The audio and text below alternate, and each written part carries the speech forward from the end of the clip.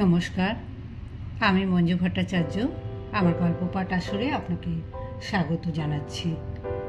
পড়ে শোনাচ্ছি আমি সুভাষ বলছি গ্রন্থ থেকে পরবর্তী পর্ব। কিন্তু একটা কথা, সংসারে কোনো কিছুই চিরস্থায়ী নয়। একদিন আমার কথা হয়তো তোমরা ভুলে যাবে। তবু যদি কেউ কোনোদিন প্রশ্ন করে যে রাসবিহারী কে ছিল, তাহলে কি উত্তর দেবে? বলবো, তিনি আমাদের নেতা ছিলেন। না না না, কখনো না। নেতৃত্বের অভিমান আমার মধ্যে কোনো দিনও ছিল না, আজও নেই, থাকবেও না কোনো দিন। আমাদের সবার শুধু একটাই পরিচয়, আমরা বিপ্লবী। জন্ম থেকেই দেশের জন্য আমরা বলি প্রদত্ত। তাই কেউ প্রশ্ন করলে বলো যে রাসবিহারী একজন যোদ্ধা ছিলেন। I was a fighter. এবার পাসপোর্ট সংগ্রহ। ইচ্ছা করলেই বাইরে যাওয়া সম্ভব নয়, তার জন্য পাসপোর্ট চাই।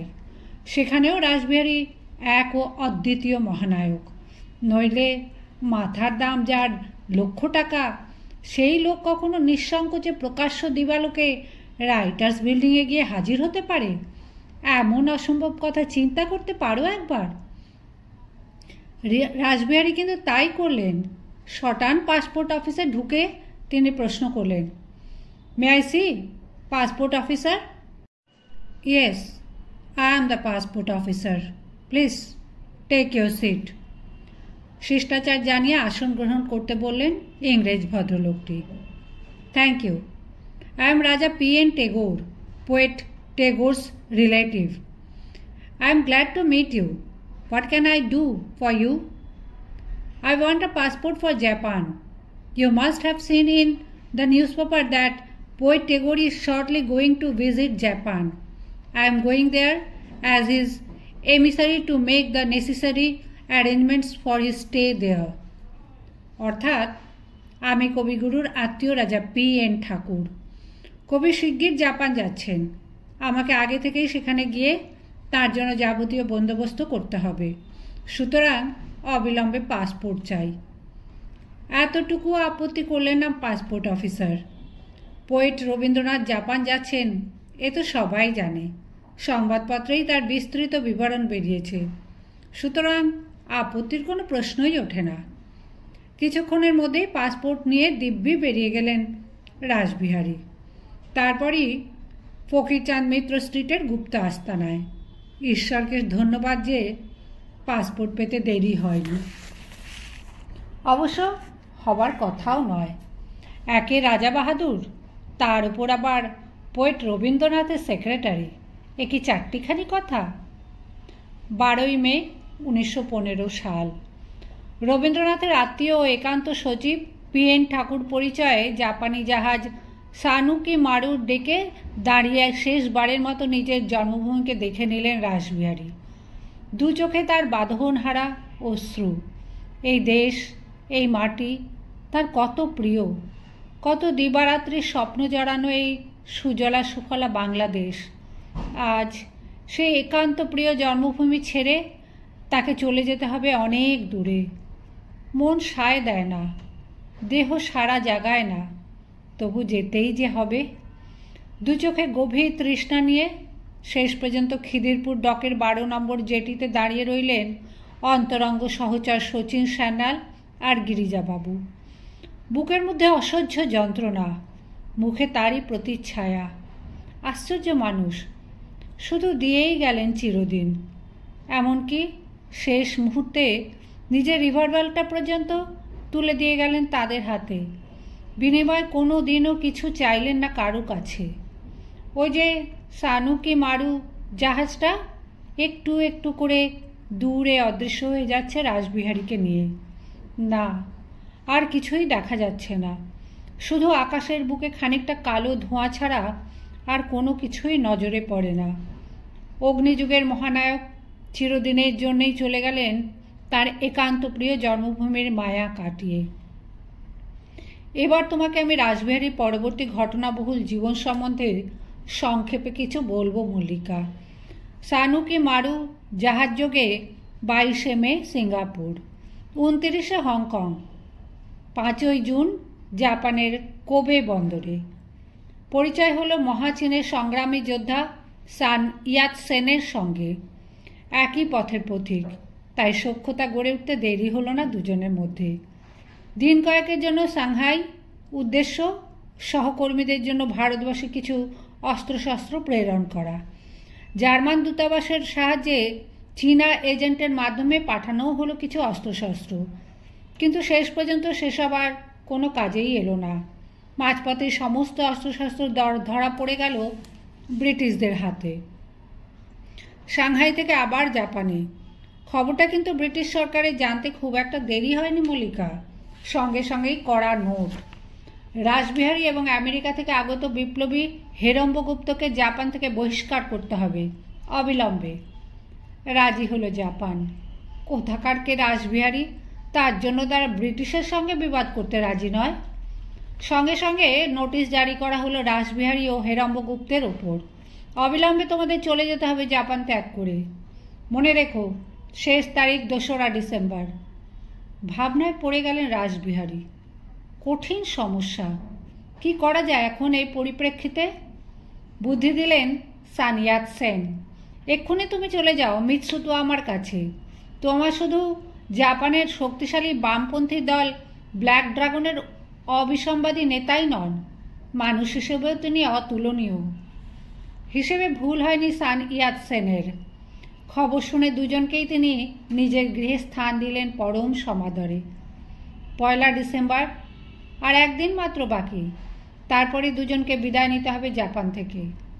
সেই দিনই তো আমার বাড়িতে এক সাংবাদিক সম্মেলন ডেকে রাসবিহারী সব কথা খুলে বললেন একে একে। আমি তোমাদের দেশে আশ্রয় প্রার্থী, অথচ ব্রিটিশের চাপের কাছে নতি স্বীকার করে জাপান সরকার আমাকে এখান থেকে বহিষ্কার করার জন্য বদ্ধপরিকর। সত্যি দুঃখের কথা, কারণ এশিয়ার একমাত্র স্বাধীন রাষ্ট্র জাপানের কাছ থেকে এটা আমি কোনো দিনই আশা করিনি।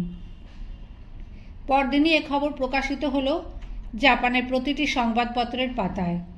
সমালোচনাও করা হলো বিস্তর।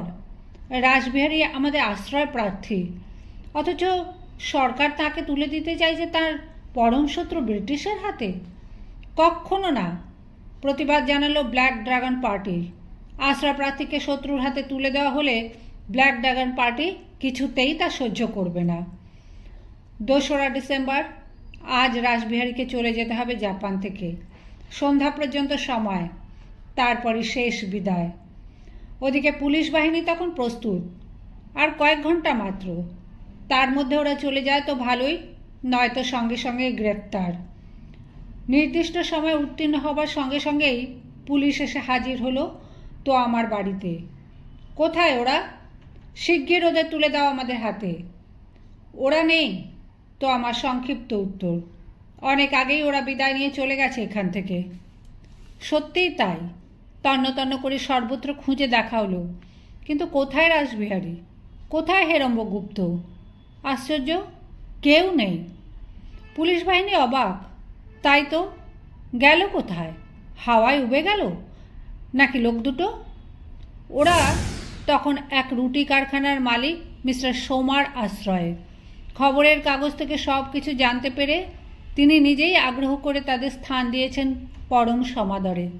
তার মতে এভাবে ব্রিটিশের চাপে পড়ে দুজন আশ্রয় প্রার্থীকে বহিষ্কার করাটা জাতীয় অবমাননা ছাড়া আর কিছুই নয়।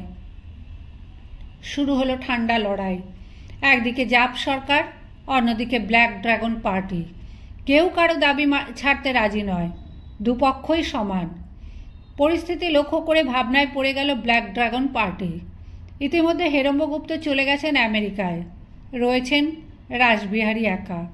কিন্তু সরকারের বিরুদ্ধে লড়াই করে কতদিন আর তাঁর পক্ষে এভাবে লুকিয়ে থাকা সম্ভব? একই ভাবনা তখন ব্ল্যাক ড্রাগন পার্টির নেতা মিস্টার তোয়ামার মনে। কি করা যায় এখন রাসবিহারীকে নিয়ে? ভয় জাপান সরকারকে ততটা নয় যতটা ব্রিটিশ দূতাবাসকে। যে করে হোক রাসবিহারীকে শিক্ষা দেওয়ার জন্য তারা বদ্ধপরিকর। হন্যে হয়ে তারা খুঁজে বেড়াচ্ছে রাসবিহারীকে, খুঁজে বেড়াচ্ছে তাদের নিজস্ব গুপ্তচর ও স্কটল্যান্ড ইয়ার্ড থেকে আগত সুদক্ষ ব্রিটিশ গোয়েন্দার দল।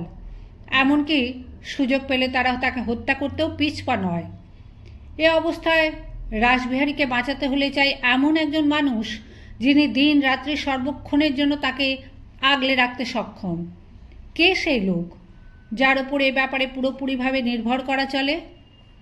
পরের কাহিনী আশ্রয়দাতা রুটি কারখানার মালিক মিস্টার সোমার স্ত্রী শ্রীমতী সোমার মুখ থেকেই শোনো। কিছুদিন আমাদের এখানে থাকার পরে রাসবিহারীর জন্য তখন অন্য একটি আশ্রয়ের ব্যবস্থা হয়েছে। একদিন মিস্টার তোয়ামা আমাদের বড় মেয়ে তোশিকোর সঙ্গে রাসবিহারীর বিয়ের প্রস্তাব জানালেন। আমরা খুব বিচলিত হয়ে পড়েছিলাম অপ্রত্যাশিত এই প্রস্তাব শুনে। রাসবিহারীকে আমরা ছেলের মতোই ভালোবাসি এবং শ্রদ্ধা করি, সেও আমাদের বাবা মা বলেই ডাকে। তা বলে তোশিকোর সঙ্গে তার বিয়ে দেওয়ার কথা কোনোদিন কল্পনাও করিনি। তাছাড়া তোশিকোকে আমি একথা বলবই বা কী করে? ও যে তরুণী বালিকা মাত্র, তখনও স্কুলে পড়াশোনা করছে। তবু রাসবিহারী বিপদের কথা চিন্তা করে মনে মনে প্রার্থনা করলাম ভারতের 40 কোটি মানুষের মুখ চেয়ে তোশিকো যেন এই বিপজ্জনক দায়িত্ব গ্রহণ করতে সম্মত হয়। শেষ পর্যন্ত আমি একদিন বললাম, তুমি কি মিস্টার বোসকে রক্ষা করার দায়িত্ব গ্রহণ করতে পারো না তোশিকো? তোশিকো শান্তভাবে জানালো, আমাকে একটু ভাবতে দাও মা।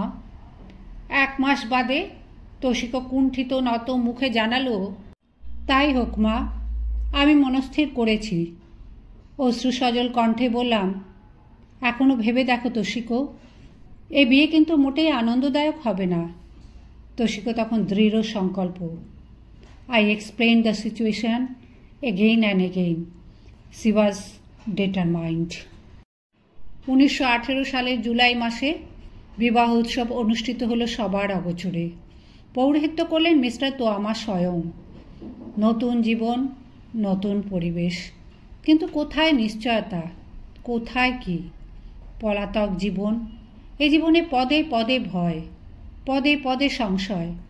কখন যে অলক্ষ্য থেকে মৃত্যু এসে হানা দেবে কে তা বলতে পারে? সব কিছুই হাসি মুখে মেনে নিলেন প্রিয়তমা পত্নী তোশিকো। ইতিমধ্যে 17 বার তাঁদের বাসা পরিবর্তন করতে হয়েছে পুলিশের ভয়। তবু এ নিয়ে কারো বিরুদ্ধেই তার কোনো নালিশ নেই, কোনো দুঃখও নেই। এ যে হবে এ তো জানা কথাই। বিপ্লবের পথ কোনো দিনই কুসুমাস্তীর্ণ নয়। এ পথে যারা এসেছে তাদেরই সর্বাঙ্গে বয়ে গেছে রক্তের বসুধারা। তাহলে দুঃখ কিসের? ইতিমধ্যেই রাসবিহারী জাপানি ভাষা আয়ত্ত করে নিয়েছেন বেশ ভালোভাবে। আশ্চর্য, মাত্র 4 মাসেই তিনি ওই দুর্বোধ্য ভাষা আয়ত্ত করতে সক্ষম হয়েছিলেন নির্ভুলভাবে। কোনো শিক্ষকেরও প্রয়োজন হয়নি। পরবর্তীকালে বেশ কয়েকখানি গ্রন্থও তিনি রচনা করেছিলেন জাপানি ভাষায়।